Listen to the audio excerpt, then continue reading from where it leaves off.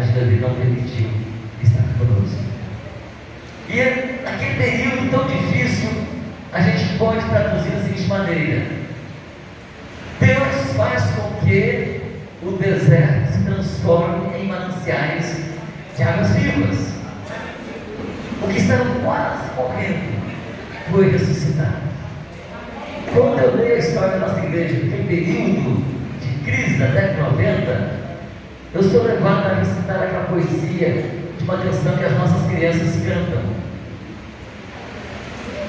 nos galhos secos de uma árvore qualquer, onde ninguém jamais pudesse imaginar, o Criador vê uma flor a brotar, olhar e olhar e olhar, e os lírios cresceram no campo, e o Senhor nosso Deus nos tem alimentado para a nossa vida.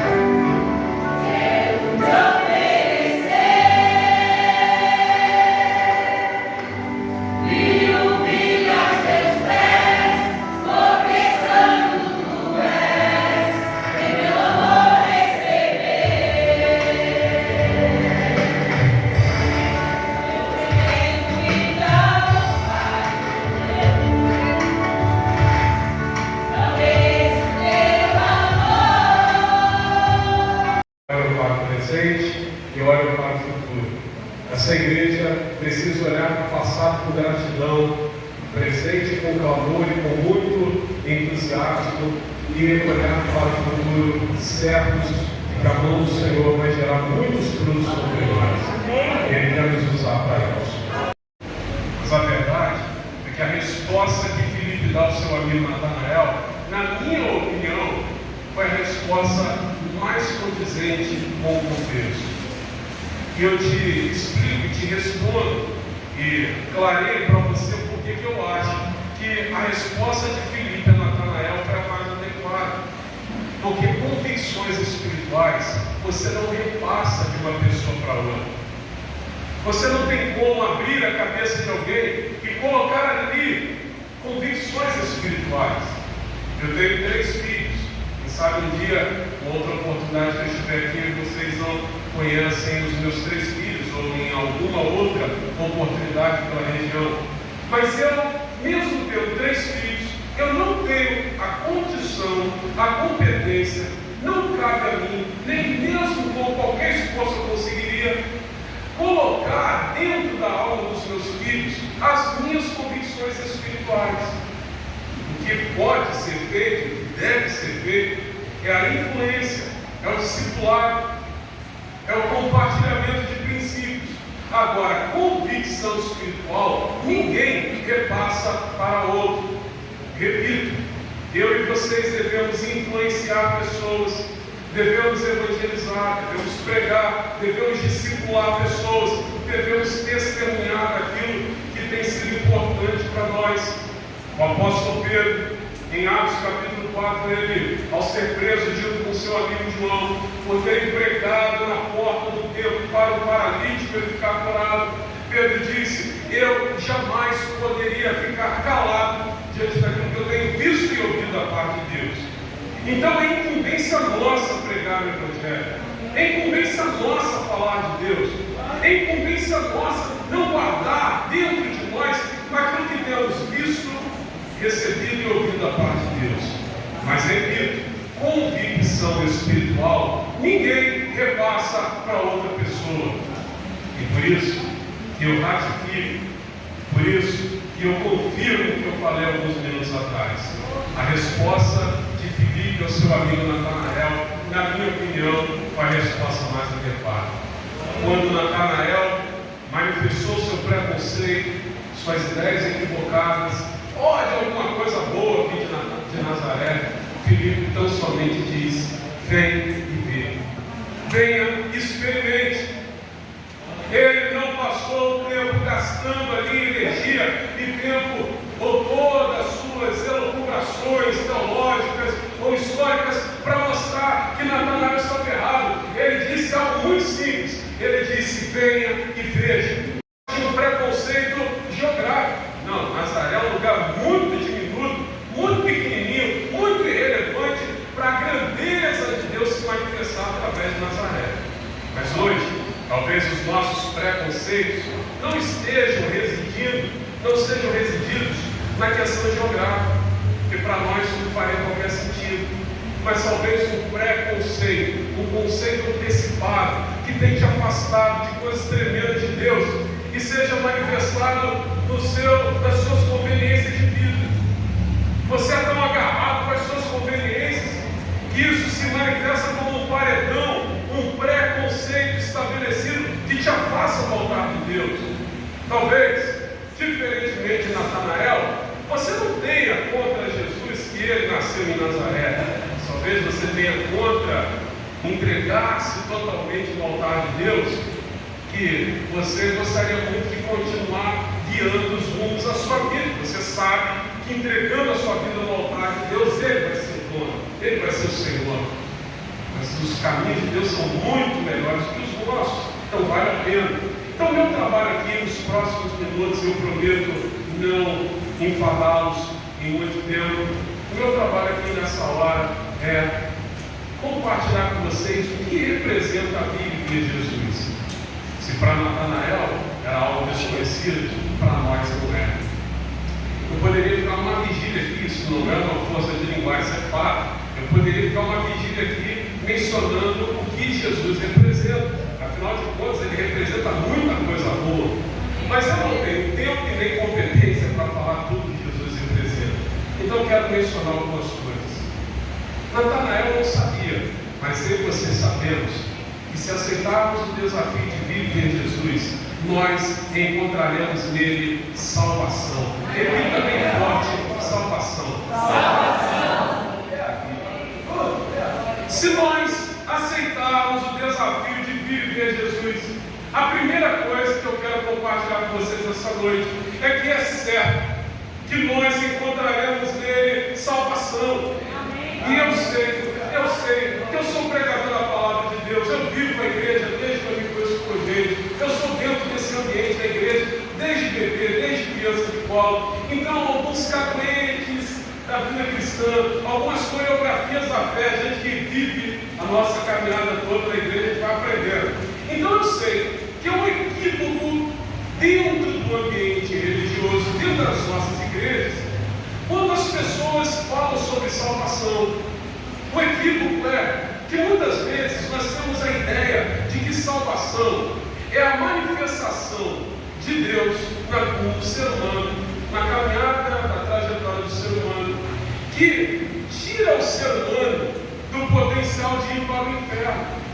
Então, na cabeça das pessoas, salvação se resume simplesmente ao fato de que Deus, quando nós morrermos ou quando Jesus voltar, Ele vai nos tirar do inferno e vai nos colocar num lugar muito bom para gozarmos com Ele a eternidade.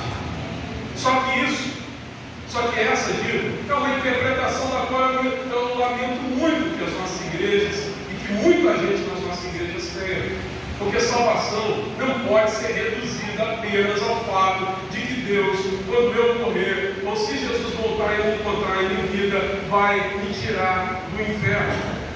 Salvação não pode ser apenas algo reduzido a esse entendimento pequeno, frágil, limitado, diminuto.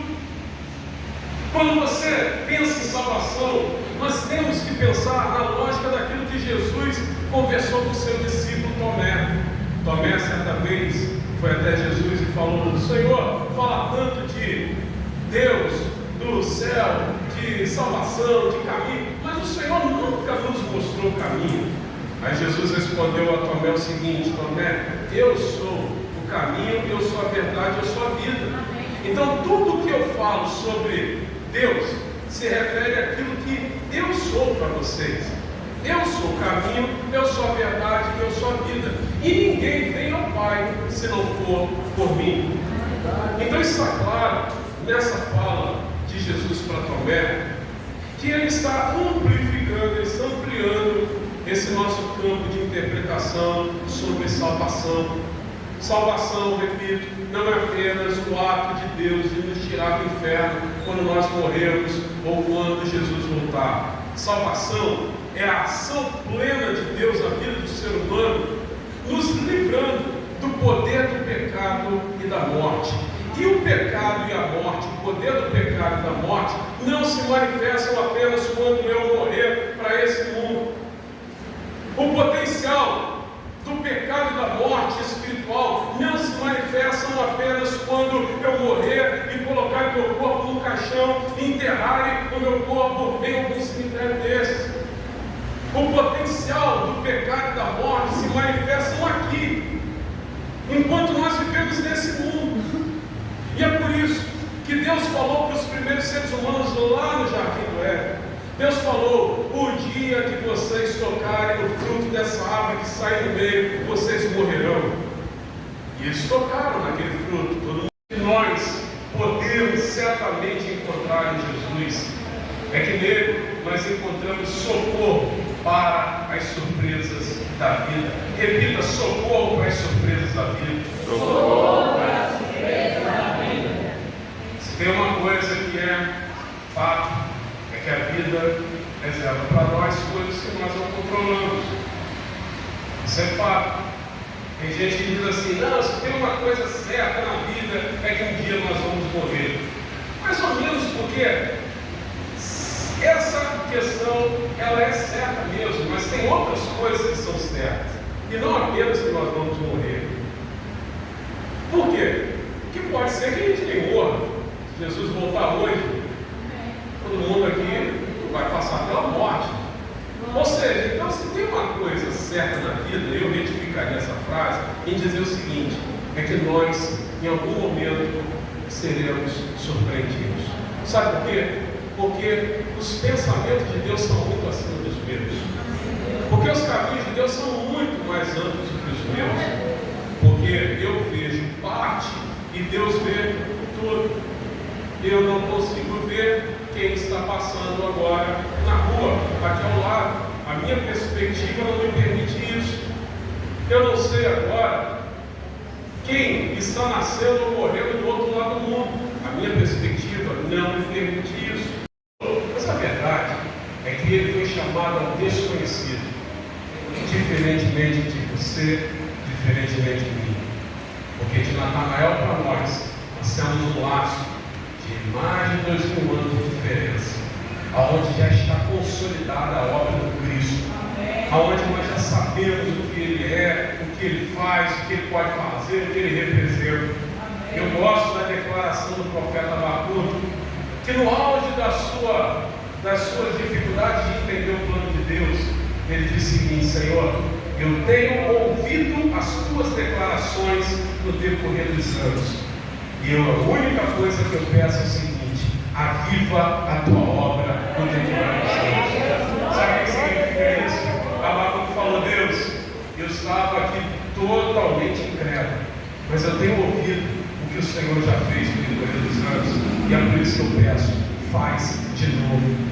E quem começou reclamando terminou dizendo: ainda que a figueira não floresça, ainda que nada que eu pensava que tivesse que acontecer aconteça, todavia me alegrarei no Senhor. Escute o que eu vou lhe dizer: saber que em Cristo nós encontramos solidariedade gera no meu coração uma paz e uma segurança absurda.